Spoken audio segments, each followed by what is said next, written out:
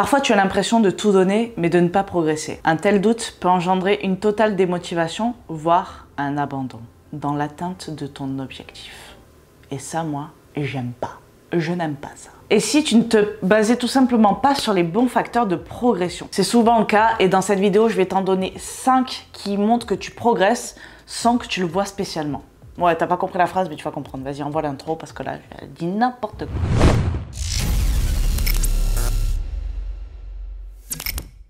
Facteur numéro 1, ton poids augmente. Ouais, je sais, ça paraît bizarre, mais lorsque on commence à s'entraîner, beaucoup de personnes sont souvent surprises de constater que leur poids augmente, même lorsqu'ils commencent à maigrir. Ça paraît complètement con, là, ce que je suis en train de dire, je comprends, mais ça ne l'est absolument pas.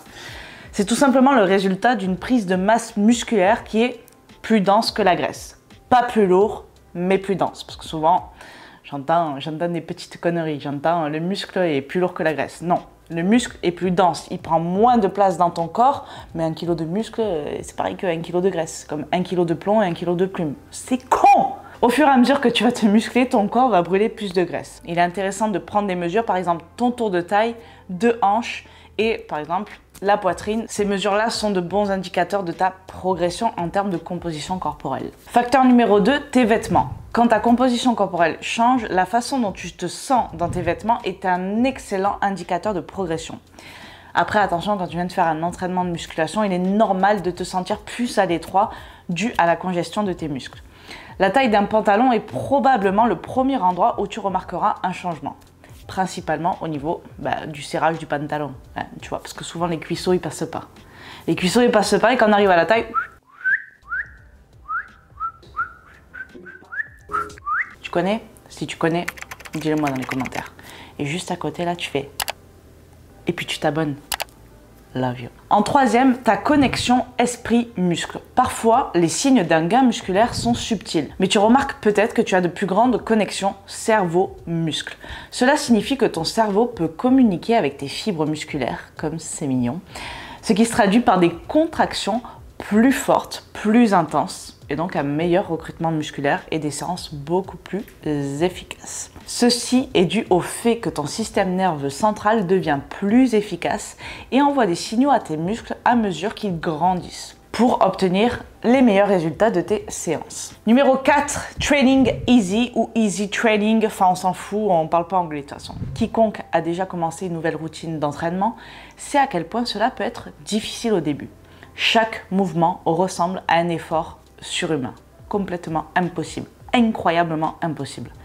Cependant, cette difficulté est due au fait que ton corps ne s'est pas adapté aux exigences de l'exercice. Au fur et à mesure que tu continues à améliorer ta force et à te renforcer, tes muscles deviennent plus efficaces et la difficulté perçue des séances d'entraînement diminue. Tu constateras que tu peux soulever plus lourd et faire plus de répétitions de chaque exercice. Ça, c'est un excellent signe de progression. Et ça ne signifie pas que l'entraînement devient plus facile, mais plutôt que ton corps est mieux à même de gérer le stress de l'exercice. Tu pourras remarquer également un changement de mindset, que ton entraînement n'est plus une corvée, mais au contraire un rendez-vous que tu attends avec impatience. Cinquième et dernier facteur de progression, les activités quotidiennes. Porter des courses, monter des escaliers, porter des charges, courir pour rattraper ton train. Quand tu progresses dans ta condition physique, ces activités quotidiennes deviennent d'une grande facilité et tu les fais avec une grande aisance et parfois tu te dis putain, là si je faisais pas de la muscule, franchement j'aurais galéré. En conclusion, si tu as fait l'expérience d'un ou plusieurs de ces facteurs, c'est que tu es dans la bonne direction. Avec cohérence et dévouement, tu atteindras tes objectifs physiques. Donc surtout n'abandonne pas ma gueule. Reste là, reste sur cette voie, s'il te plaît. Cela peut être un processus long et ardu, mais cela en vaut tellement la peine. Mon Dieu que ça en vaut la peine, cette santé de fer, ce muscle-là, ce biscotto. En attendant, essaye de ne pas te concentrer sur les aspects visuels.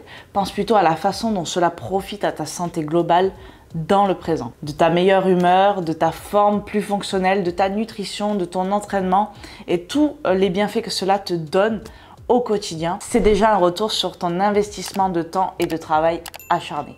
Donc bravo pour ça et surtout, keep going, n'abandonne pas, continue. Je suis avec toi, je t'envoie un maximum de force et de good vibes et je te dis à la semaine prochaine. Ciao.